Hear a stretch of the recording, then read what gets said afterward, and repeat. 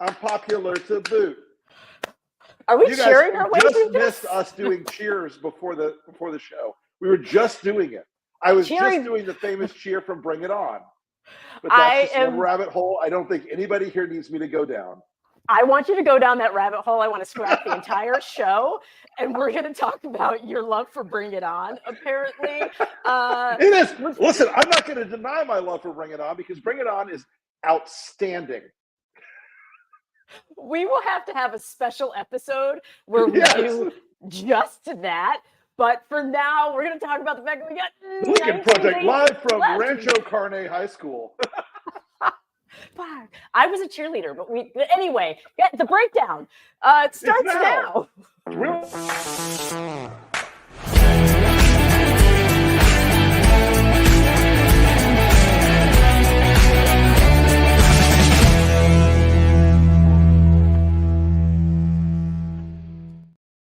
Hey, Rick Wilson.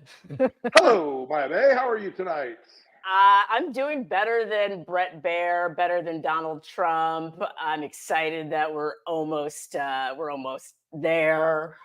I mean, look, we've got 19 days to go. We are coming in for a landing, and I have to tell you, watching the river of MAGA tears after Kamala Harris's performance last night on Fox News, which, by the way, Donald, if you're listening, or one of your little monkey minions is listening, she outrated you. 7.1 million viewers on Fox. Their all-time high. I bet you can't do that, Donald. Can you? Oh, yeah. especially since he's canceling all of his appearances left and right. He certainly can't. Listen, Donald Trump has canceled 7 appearances in the last couple of days. Something is going on. Donald is probably pushing and pulling between his staff and himself and his family. They want him off the road. They are very uncomfortable with what happens every time he sits down and opens his pie hole. It's embarrassing. Welcome to the club. Right. The Fox Women's event last night, awkward and embarrassing and weird. The Univision event, awkward, embarrassing, weird. And he got owned repeatedly in that by people that he looks down on. Which is, a lot of people, but in particular, these Hispanic men who were like, no, cut your bullshit. And he looked so damn uncomfortable. It was amazing. He screwed up the Chicago Economic Forum. And of course, on Monday night, we started the week with Donald Trump, with DJ Donald playing the greatest hits of his very, very empty head. As he swayed. Wow. As he swayed. Back and forth. What a sad, terrible moment for him, but also for everybody on the stage with him who swayed with him. All of the Republicans who are clinging on to him as their nominee. Is this your man? Come get him. Really? Like when someone starts, come get your boy. Come get your boy. Get him out of the bar. He's drunk. He needs to go home. That's what, I'm looking at everybody. I'm like, how do you redeem your career after you're standing by this total shit show? To be honest, let's just call it what it is. Oh, Christy Noem's up there like, I did Corey Lewandowski for this? For real, though. I was like, say it out loud. And yes, and Kamala Harris, by the way, is crushing on every outlet that she is showing up at the Breakfast Club, Brett Baer. I mean, you can't top what she's doing right now. And she's using his clips against him. We'll talk about that later, too. Yep. But yeah. I'm excited about these final days because it feels like it's like all bets are off and it's like gloves are off. And she's like, we're just gonna take this and we're gonna she's been so quick on her feet and so steady and all these things. And I mean, today, I don't think we have a clip for this, but today she's at a rally and some hecklers come in and she's like, oh, hi, you're in the wrong rally. You meant to go to the little rally down the street. 0 F given. Zero. Quick on her feet, like just live in the moment. Really respected how well she handled that, but that's how she's handled the whole week. And the contrast to Trump and his melted goo brain is absolutely remarkable. And stunning. It's not the only good lift that Democrats have had this week, Colin Allred did very well in his debate against Ted Cruz, and brought some pain there. And, yeah, we'll talk and about look, that. we're seeing a lot of motion right now across the board, folks, in races across the country. The presidential race, things are breaking the right direction. Senate races looking good. House races starting to show some movement now in some of these House races that had been a little bit of static. Yeah, we're seeing signs of blue Signs of blue. It is not yet a blue tidal wave, but it is a blue surge coming, folks. Blue, for sure. And that's Absolutely. a perfect time to bring in our special guest for this evening, hailing from your side of the world. Yes, from my side of the world. Our good friend Whitney Fox. She is running for Congress in Florida's 13th district, and she is absolutely spectacular. Whitney, first off, I want to take before we jump into the politics of everything, I want to take a moment to say, you know, you're my friend. You know, I admire you, but the work you did during this week, trying to make sure that the folks in the St. Pete Clearwater area in your district and beyond got the assistance they needed after the hurricane, got help, got their neighborhoods cleaned up, made sure that people were in the recovery process, and didn't make it about politics at all. I wanted to say I admire that tremendously. That is a good example of public service, and that is something that I hope the voters in that district really pay attention to, because you were putting the work in when the actual member of Congress was an absentee in a lot of this stuff. So congratulations on that. But with that, let's jump right in. And first off, Whitney, for folks who are new to you here on the breakdown, tell us who you are and a little bit about the race. Sure. No, thank you so much for having me, Rick and Maya. It's such a pleasure to be here. And thank you for those kind words. It's been a tough month, to say the least, for our district here in the St. Pete Clearwater area. You know, I was born and raised in Tampa Bay, so this is my home and my community. And I think that it really goes to show, I mean, to see two hurricanes hit us back to back within the worst hurricanes we've seen within 100 years. I mean, it's been quite a month. But I mean, that's why I decided to run for Congress. This is where I'm from. These are the people I care about. I'm raising two little girls here of my own, a 4-year-old and a 2-year-old. I'm worried about their future as well. And I've spent my career here in the Pinellas County, St. Pete Clearwater area, working for our county's public transportation system. So working with Democrats and Republicans at all levels of government to really get things done, to bring projects to the district and public transportation, to connect people to affordable housing, to healthcare, to jobs. And that's what we deserve in our representatives, is someone who's going to actually work with others to get things done. And unfortunately, that's not happening at the moment. And that's part of the reason why I decided to run for Congress in the first place. That is so refreshing, absolutely refreshing. And I'm sure music to the ears of many of your constituents or your potential constituents who are watching their current congressperson just performative shenanigans that are actually damaging and hurtful to people. I saw something about more disinformation that she was spreading just recently. We have a clip of it. I'm not sure if you've seen it, but let's roll that clip. Mr. President, to follow up on that, because the media is here, I do believe that they've intentionally, and this is my opinion, not helped out those residents because it's red communities that are impacted. Let's call a spade a spade. Do your job and do better. Do your job and do better. And just so you know, this clip you just showed, this is days after Hurricane Helene flooded thousands of homes in this district. Days.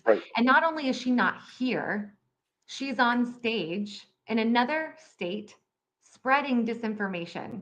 I mean, if I wasn't fired up to run against this woman in the first place, you better believe, after going through the two worst hurricanes of my lifetime and the crisis that people are facing, people have lost everything, their homes, all of their belongings, their beloved, precious memories of photos of their children. I mean, it's been devastating to this district. And not only is she not here, but she's spreading lies and disinformation when people need support, people need the truth, and people need to know what they can do in a time of crisis like this. They don't know where to go.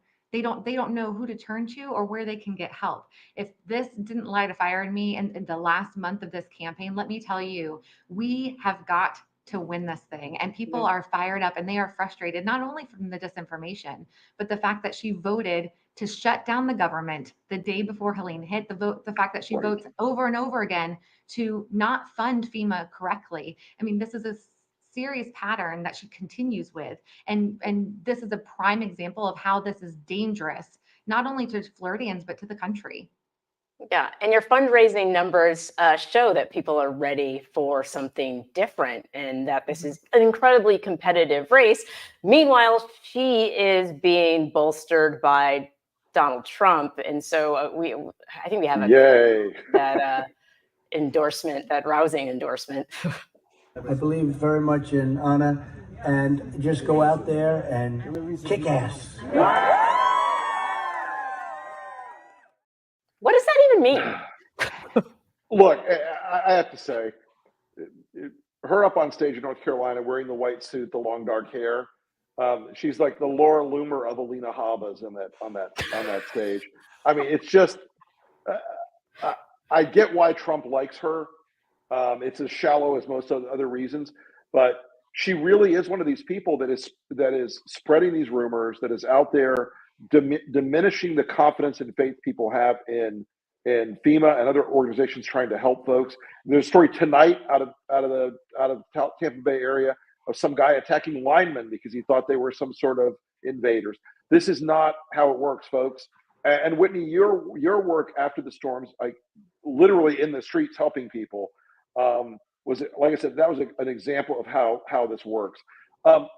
Tell us a little bit about how you see what else is shaping the race down there. We've got Amendment 4 on the ballot.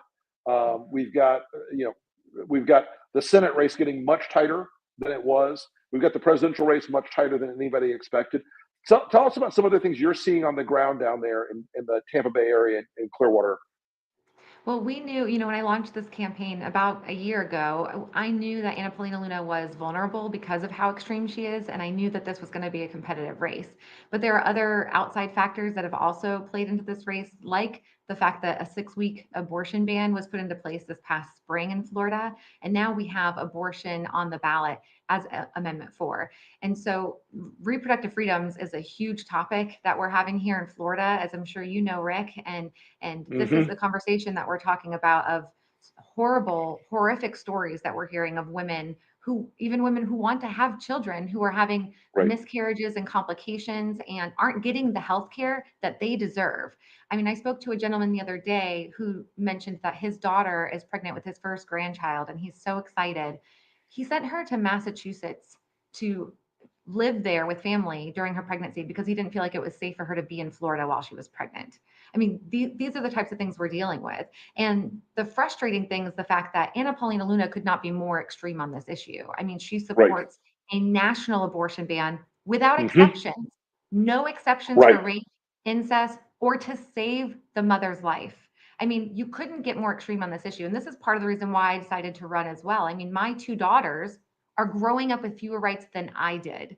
It's disgusting. So this is an issue that is really getting people fired up. And we know that people care about it. We're going to see them turn out this November because abortion is on the ballot. And we're talking to Democrats, independents, and even moderate Republicans who believe that women should have the freedom to make their own healthcare decisions. So this is a huge issue, along with, of course, affordability and home insurance. I mean, there's a lot of issues that we're facing here in this Florida district, but reproductive freedoms, we pride ourselves in Pinellas County on our independence. That's why 1/3 of the registered voters are independents.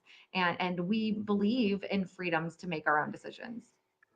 Thank you so much for highlighting that reproductive freedom is also about being able to have a healthy and safe pregnancy, because a lot of people forget that aspect. And so the damage that's being done to the healthcare system in that women have to now go to different states to have a healthy pregnancy that they want to carry to term because they're concerned about any lack of protection in their home state is just, it's something that people need to pay more attention to. And I'm so glad that you're highlighting it.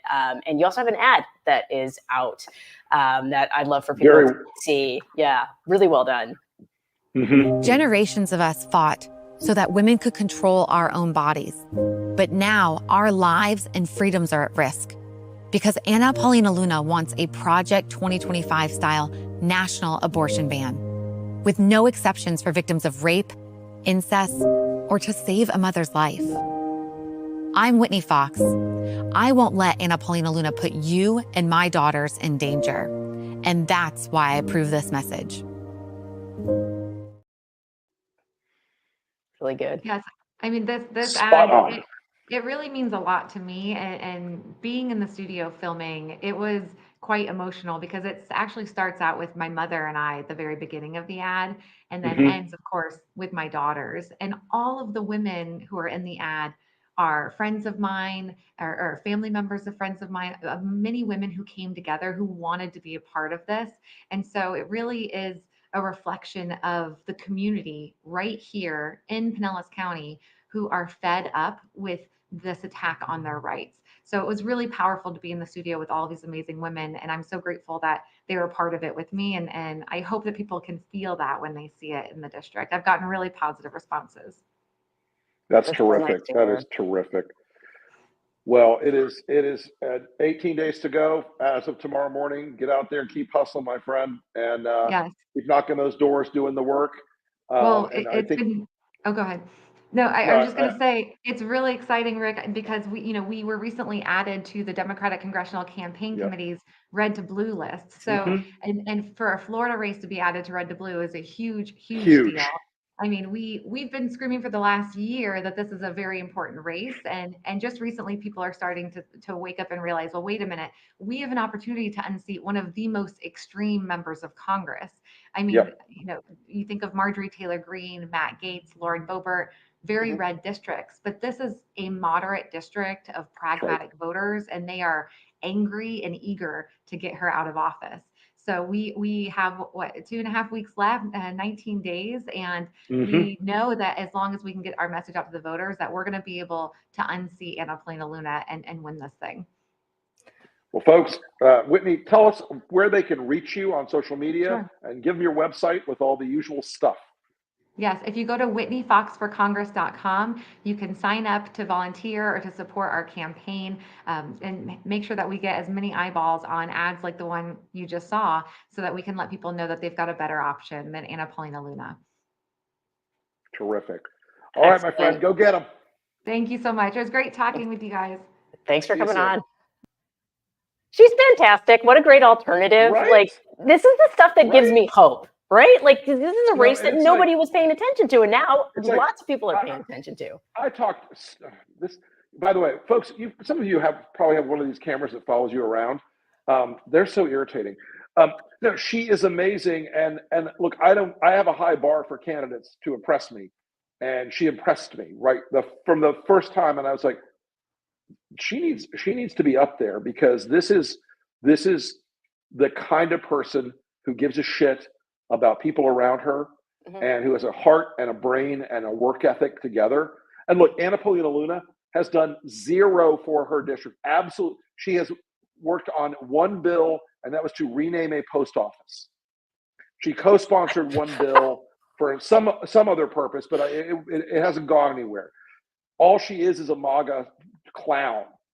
So that's the kind of candidate that if you start knocking them off the board, you not only like make that district better, you start making the country better by taking those people out of circulation, because they will hang around and pollute the world with Trumpism long after he's gone. So 100%, and he needs to be gone because maybe he'll just sway his way. Like one day he'll just keep swaying and like dance his way out of our lives. The swaying this week. We have a clip. We have the clip for. We got a clip. Let's go for the clip. Let's go to the clip. You don't have to go so fast. You could sit and listen. We'll play a couple of songs. Go and vote. Let me hear that music, please. Everyone, let's thank President Trump. Nice and loud. God bless you. Let's send President Trump back to the White House. It's fun to stay at the YMCA. It's fun to stay at the YMCA.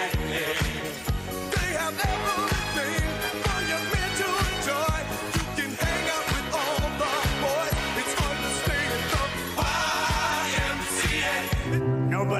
leaving. What's going on? There's nobody leaving. Keep going. Keep going. Should we keep going?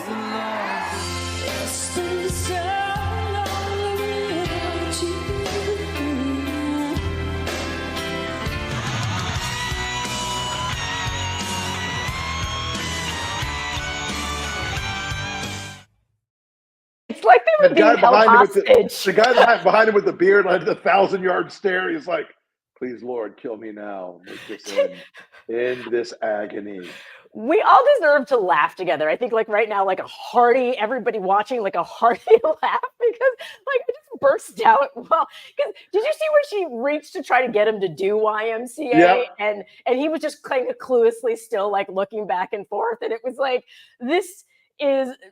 everybody there has had that moment where like they knew deep in their souls what a total, they didn't leave. He's like, nobody's leaving. Yeah, because everybody likes a train wreck, Donald. People love right. They appreciate watching the chaos. Yeah. And appreciate watching the insanity.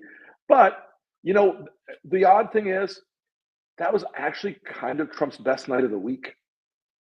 Oh, you're not going to say it was his town hall with I don't know. I mean, the women only town hall was the women's town hall was so cringy and painful.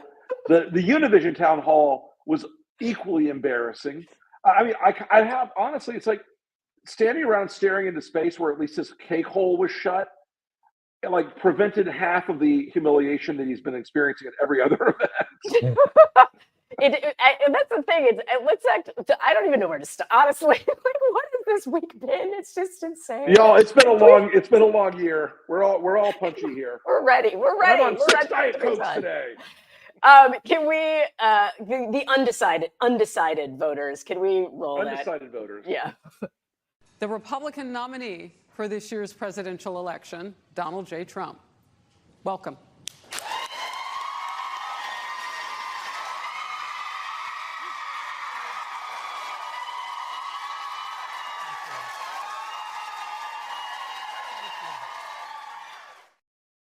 Undecided, but they decided the minute he walked on stage that they were going to lose their ever-loving minds with his presence. It turns out they had people who were undecided, like Republican county executive chairman women, the head of a Republican women's pro-life group, Republican voters, also other Republican delegates to the Republican National Convention. So a totally objective audience of purely undecided voters, obvi. Yeah, absolutely. Like even on what's interesting is this whole subterfuge, this illusion that he's created is now so apparent to so many Americans that it has crossed over into being laughable, not in the like I'm laughing so I'm not crying, but the actual genuinely like, wow, right, you think this is what's going to do it? You think this is what's going to win you the election? Right. You think the things that are happening right now are effective methods of persuading voters. And it's just, I mean, I continue to go back to this, Maya. There is this moment when he's talking to these women, and you can hear his brain sort of like churning. You can tell he's like, where am I? What am I doing here? What should I say next? You could see it. And there's a lot of there's a lot of this feeling right now at events like this, and events he's been having all week, that any one of these could be the tripwire where he falls over and, you know, drools on himself or craps his pants or whatever it is, because it all feels like it's like skating along the edge of a very narrow cliff these days. Who's running his campaign right now? Because is anyone? I feel like maybe did they all just jump ship and he's on his own? Who could say? So look, Corey Lewandowski came in to be the campaign executive chairman over Chris LaCivita and Susie Wiles. Now, Susie Wiles and Chris LaCivita then had their revenge on Corey. Now, Corey and David Bossie and Jason Miller and a couple other people have been leaking that Chris LaCivita is making $22 million a year for Trump, which I, by the way, Donald, if you're listening, I volunteer to wreck your campaign and destroy your future for much less. I will do it for a mere $10 million. I mean, or A bargain. or a bucket of Popeye's fried chicken at this point. But look, this guy is leaderless and rudderless in his campaign. They are in very bad financial straits. That's why he's selling crypto and NFTs and Temu shoes and all this other garbage. But Maya, I was going to say, and he's circling back now with some of the same insanely racist rhetoric. Like, we'd already covered is Kamala black or is she Indian? He already ran that line, and now he's bringing it back. And so let's watch. So, yeah. Run the clip. Really like me. And I think black women do too. But they have a woman who is black, although you would say she's Indian, but she is black. But she really, a lot of people didn't know, which is true. But I learned about it just a couple months ago. Maybe, the fact that she's black, yeah. Or that she's Indian. The fact that she's black, I thought she was Indian until a couple months ago. Things change. I mean, a lot of people. Because if you follow baseball, Sammy Sosa kind of, you sometimes have to respect people. They change, right? So I thought maybe she was doing a Sammy Sosa the other way. Yeah, Sammy's changed. Right. People change. If you remember Sammy Sosa, he could hit the ball. He could hit the ball 66 home runs. What? He could hit the ball, Maya. Yeah, you know how he could. Was cut off in the beginning of the clip, but he stated that black women like him, and I was like, well, Diamond and Silk, which one's still alive? Because one of them actually passed due to COVID. When Diamond or Silk died, 50% of the black women who like Trump left the room. So I mean, I'm gonna get in so much trouble. Here's the thing, though. Like, he says these things, and I don't know if he is so far gone that he really believes it, or if he's so surrounded by people who are constantly petting his ego that he actually genuinely believes. Like, oh, Faulkner likes me, Candace Owens likes me, so therefore all black women like me. And they're like, yes, Donald, black women love you. Like, it is absolutely insane to me that is the line. And then the Sammy Sosa thing. Can we talk about it? Look, the problem with all Trump anecdotes or anything that people introduce to Trump in an anecdotal form, there's something in his bizarre attic of memories, and he'll lock onto that, and that'll be the rest of the conversation. He was on one of these young manosphere podcasts the other day, and he's talking about baseball players from the 1930s, and I'm like, oh yes, you do. Those Gen Z kids love the 1930s. Baseball players. Yeah, no, and if he does have the thing that he's fixating on right now, which is a part of getting people amped up to riot, basically, is categorically calling people the enemy from within. Like, that's what we have to worry about. The enemy within, like that. The enemy right within. there, that's me. Yeah, also me. And you. Oh yes. Pretty much anybody that disagrees with him, but like in particular, also anyone who is a Republican who disagrees with him or asks him to like, oh, damn. So, and this is something that we're going to see more and more and more and more of. That's going to escalate. But let's watch it together. I think the bigger problem is the enemy from within, not even the people that have come in and destroying our country. By the way, totally destroying our country. The towns, the villages, they're being inundated. But I don't think they're the problem in terms of election day. I think the bigger problem are the people from within. We have some very bad people. We have some sick people, radical left lunatics. And I think they're and it should be very easily handled by, if necessary, by National Guard, or if really necessary, by the military, because they can't let that happen. The military, and he's not the bigger problem, not just a problem, the bigger problem, and is ready to deploy the military and is willing to say that out loud on a national interview. That to me is wild. And to her credit, Vice President Harris has been using that clip and using those words almost every stump speech now, where she is showing people, don't take my word for it, listen to what he is saying. Listen to what he is doing. And And the idea of trying to sane wash that is nearly impossible. Mhm. And she understood that last night on the Brett Baer interview, because she brought it up and he tried to show what is essentially a doctored clip to try to minimize it. And she took him to school. Yes, she did.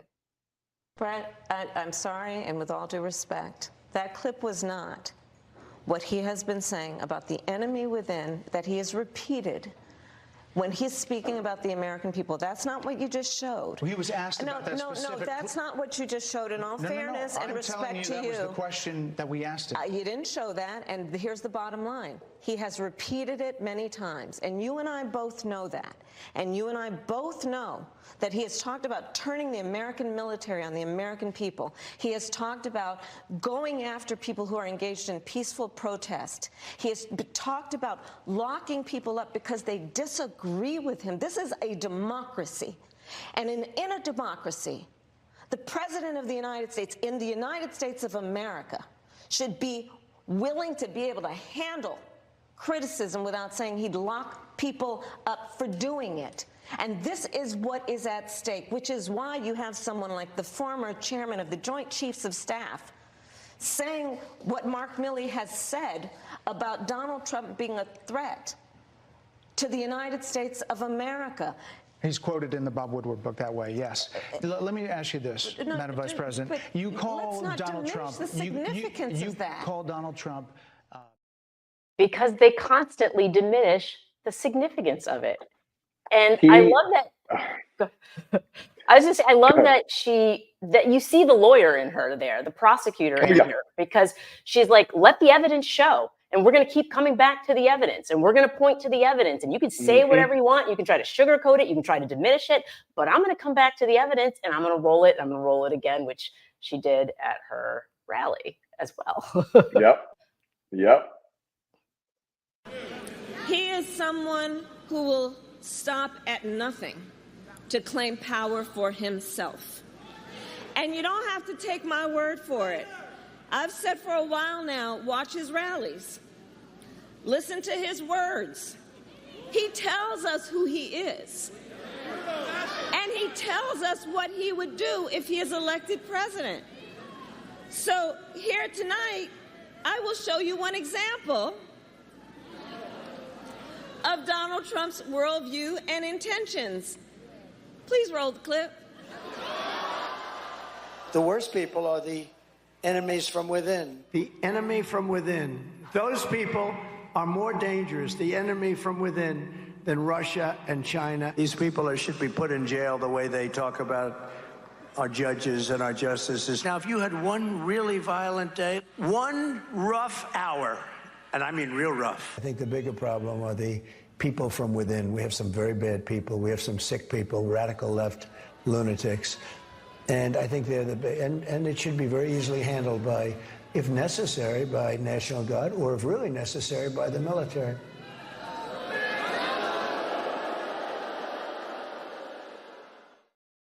And just resting her case. She's just hands up, like, and do I rest my case? And you know, there's a time in many campaigns when your opponent is feeding you more information than you could feed about them, and that's what he's doing right now. He's pushing out so much garbage into the atmosphere for her to use and for her to exploit that I want him to keep talking. Please, Donald, do not shut up. Please keep talking as much as you like. That would be great. You know, look, we talked a lot about like Trump's instability and all the things he's, you know, sort of losing sway fest and everything else. But this is a guy who, when you add up what he's saying in these different rallies, you add up these statements about his extremism, you still have to take him seriously.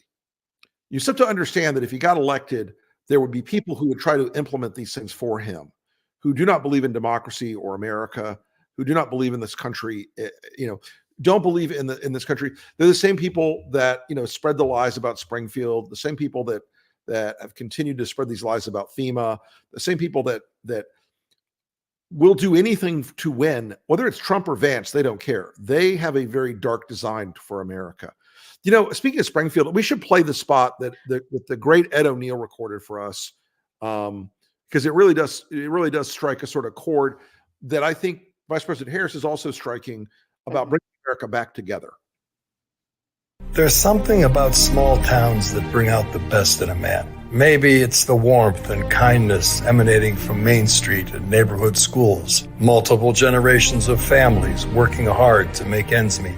It's churches opening the doors to all who come seeking grace and shelter from the storm. A place like Springfield, Ohio. Springfield was badly in need of workers to fill the jobs its townspeople couldn't or wouldn't take. So these Haitian immigrants found their way across the world, hoping they too would have a chance at the same dream our forefathers had when they came to America. And then a vicious, xenophobic lie turned Springfield upside down. In Springfield, they're eating the dogs, they're eating the cats. Who the hell are these people? Well, if this election isn't just about Springfield, this is about your town, your community, and your values. There's only one person out there who stands for decency, for opportunity, who shares our values. It's time to let her lead. It's time to stand for the principles and freedoms that built this country. Because I don't know what the hell he's talking about. I still think this country is great.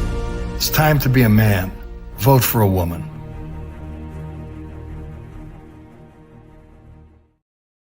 Ed O'Neill, baby. Well done. I think it's so important that people really see that people were hurt by his comments, right? Like that to me is it's the stochastic terrorism that we talk about is playing out right before our eyes, because he says these words, they say these things, they repeat them over and over again, these lies, this disinformation, and it trickles out into their world.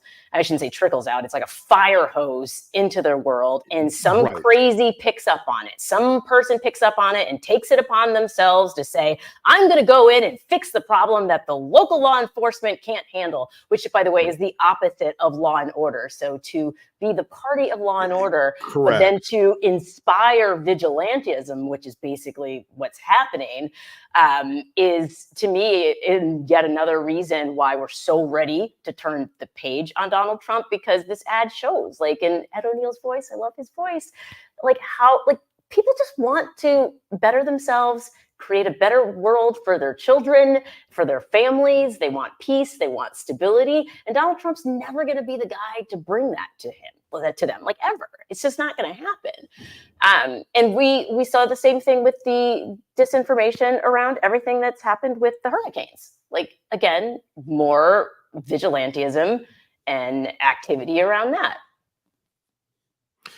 It really is, and it's one of these things that I think, you know, the more we recognize what's at stake, the easier this campaign will go. And the more we are realistic about the threat we face, the better this campaign will go. So, going to be a long 18 days, Maya. Yeah, the threat is real, and we actually have a new ad that's coming out that we can roll it. It's a debut, right? This will be the first time anyone. This is a debut. It sure is. It's a debut. Let's roll it. There's a hurricane making landfall in America, and Donald Trump is at its center, destroying everything in his path with a storm of lies and misinformation. They stole the FEMA money just like they stole it from a bank. The catastrophic cost of Donald Trump's propaganda and conspiracy theories are tearing our nation apart. Already formed in hurricane-ravaged North Carolina and Florida, truckloads of armed militias are reportedly hunting down FEMA agents, preventing them from providing desperately needed aid to storm victims. Federal agents had to be evacuated for their own safety, leaving Americans stuck in the devastation that was once their hometowns. FEMA has advised all federal responders in Rutherford County, North Carolina, to stand down and evacuate the county immediately. Americans are suffering because of these lies. The storm of misinformation is as destructive as any hurricane, a hurricane that is 100% man-made. This is what Donald Trump and his Project 2025 allies want for America, a nation that has no effective way to respond to emergencies, a nation built on lies and mistrust. This is their vision, their plan, their storm. They tell their followers that we control the weather. This November, we will.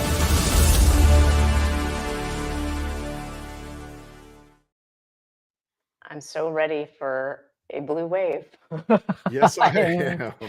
I am very ready for it. We are almost there, y'all. And early voting has started in many places. And Rick, you reminded us that you're going to talk about that every show. I am. If you have not checked your voter registration, go to vote.org and check it today. Almost every state in the country now has early voting. You can still request an absentee ballot in many states. You can still request an early ballot in many states. You can go and vote early in many states. Vote.org is a universal resource for these things. Nobody does it better. Get out and vote now. If you vote early, you help the Harris campaign bank those votes. That means they can spend resources and time and energy focusing on other people to persuade. You guys, if you're already in, go out, cast your vote, and let them focus on additional people. Donald Trump's not getting any new customers in this campaign. She has to earn a bigger majority than she should have. This may sound familiar to many women. She has to go out and do better than just winning. She has to beat him significantly. So if you vote early, you can help us get to that goal. And we are seeing some good news in the early voting numbers in Georgia, in Virginia, and in Pennsylvania and other states. Let's make them better. Yeah, everyone's saying we're not going back. That's what's happening, and I'm excited about it. There's a smile on my face for I know. Look at you smiling. Who knew? This is so different than the last election cycle. So I'm just like, last yes, cycle was like, yeah, no, I'm like, oh, please don't let there be a red wave. Yeah, I was like, cupcakes. You know, like I have so many cupcakes in last election cycle. Shout out to my cupcake guy. I've got a guy. If you don't have a cupcake guy, you should have a cupcake guy. This has been fun, Rick. It's good to see you. I'm glad we're smiling. I hope everybody is taking care of themselves right now because we're almost there. So I've got one last road trip next week for the cycle, and then I will be sitting behind a computer making advertising and making Donald Trump cry. That is the rest of my campaign. And we're gonna win this thing, folks. Let's get together and let's go to work. All right, awesome. We'll see y'all next week. We'll leave you with the last week in the Republican Party.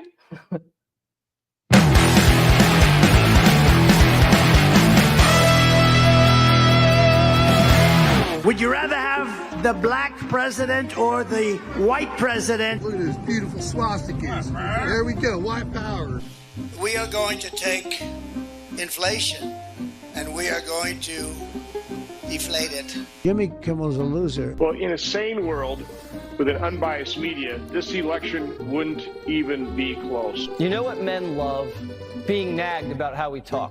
Hannibal Lecter, why would he mention? Well, you know why? Because he was a sick puppy, and we have sick puppies coming into our country. As a black man, yes, 0.1%, I resent Barack Obama accusing me of being a sexist and a race traitor. Life is hard, but it's harder when you're stupid.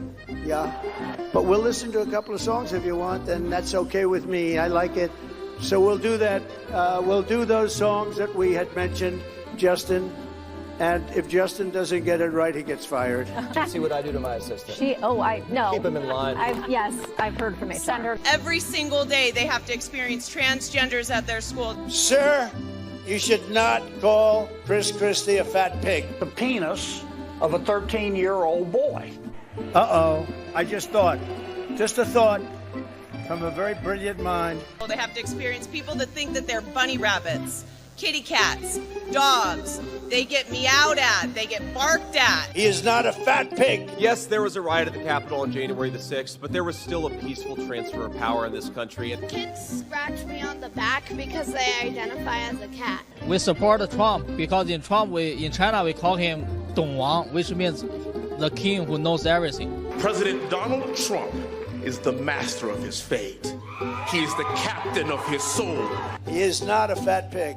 Also, we have many Azerasians. I did a little one, a little tiny one with a small group, and then I did a really big one. I did a big one. He's a fat pig, sir.